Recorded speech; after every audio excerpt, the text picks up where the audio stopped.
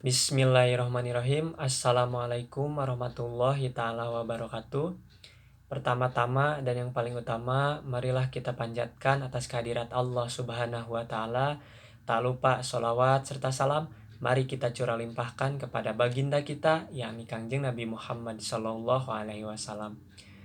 Karena berkat beliaulah yang membawa dari zaman kegelapan hingga zaman terang benderang seperti sekarang ini. Baik, perkenalkan nama saya Marham Ali, NRP 194010194. Saya dari kelas 19 Manajemen D yang akan mempresentasikan atau memaparkan hasil diskusi saya bersama teman-teman. Saya dari kelompok sesi 10 yang bertemakan gaya hidup konsumen. Sebelumnya di sini ada anggota saya Marham Ali, Ari Husnul, Fikri Jainul, dan Yana Mulyana. Baik, langsung saja ke pembahasan mengenai gaya hidup konsumen. Di sini gaya hidup konsumen saya mengambil dua pengertian dari dua tokoh. Dua tokoh ini yang berasal dari luar dan dalam negeri. Yang pertama ada gaya hidup menurut Coulter. Coulter ini sebelumnya saya akan menjelaskan. Coulter ini merupakan tokoh Amerika Serikat. Beliau juga merupakan sekaligus penulis. Jadi gaya hidup menurut Coulter ini pola hidup seseorang di dunia yang terungkap pada aktivitas, minat, dan opininya. Gaya hidup menggambarkan keseluruhan diri seseorang yang berinteraksi dengan lingkungannya. Jadi artinya gaya hidup menurut Coulter ini lingkungan berpengaruh besar terhadap gaya hidup konsumen. Yang kedua ada gaya hidup menurut Sunarto. Sunarto ini merupakan tokoh dari dalam negeri. Gaya hidup menurut Sunarto itu menunjukkan bagaimana orang hidup, bagaimana mereka membelanjakan uang, dan bagaimana mereka mengalokasikan waktu mereka. Dimensi gaya hidup merupakan pengklasifikasian konsumen berdasarkan aktivis atau aktivitas, minat, dan opininya. Artinya, gaya hidup menurut Sunarto ini bagaimana seseorang akan melakukan gaya hidup tergantung mereka mengatur dari segi keuangan maupun dari waktu dan lain sebagainya. Ini ada dua perbedaan dari dua tokoh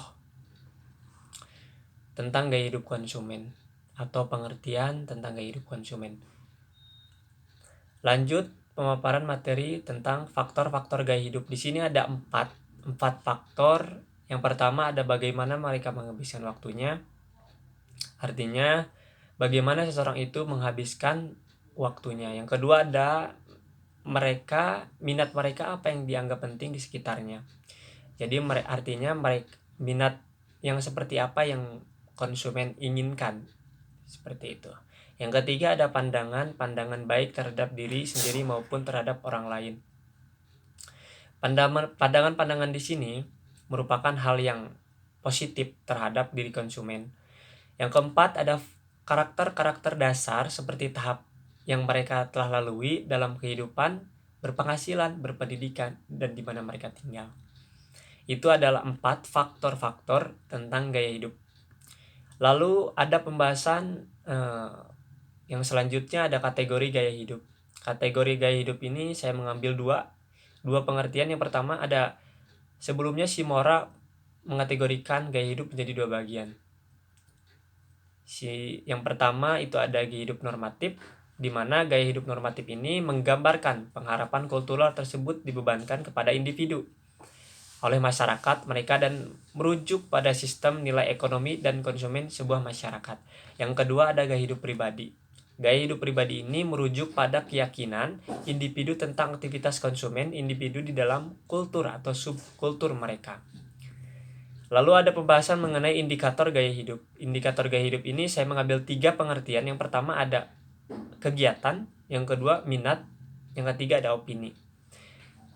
Kegiatan ini mengungkapkan apa yang dikerjakan oleh konsumen, produk apa sih yang dibeli atau digunakannya, kegiatan apa yang digunakan untuk mengisi luang waktunya.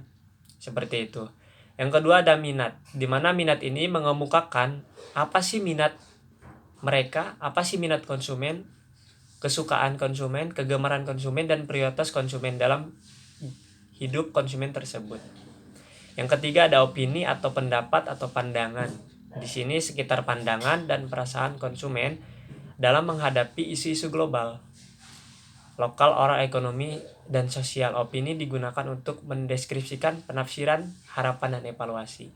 Artinya, ketika ada suatu berita atau ada suatu iklan atau ada suatu informasi, opini seseorang itu dapat menyaring, dapat menyimpulkan, dapat berpendapat. Seperti itu. Lalu pembahasan selanjutnya ada nilai dengan gaya hidup. Nilai dengan gaya hidup ini adalah suatu nilai adalah nilai yang berharga atau bermutu, menunjukkan kualitas dan berguna bagi manusia. Sesuatu itu bernilai dengan sesuatu yang berharga atau berguna bagi kehidupan manusia.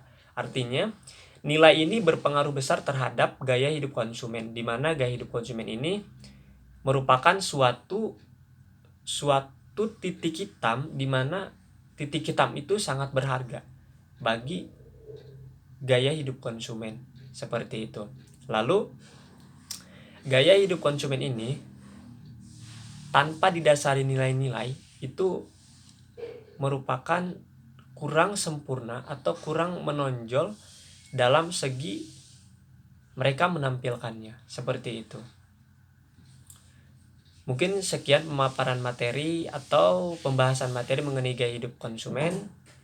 Kurang dan lebihnya mohon maaf. Wabillahi taufiq wal hidayah. Wassalamualaikum warahmatullahi taala wabarakatuh.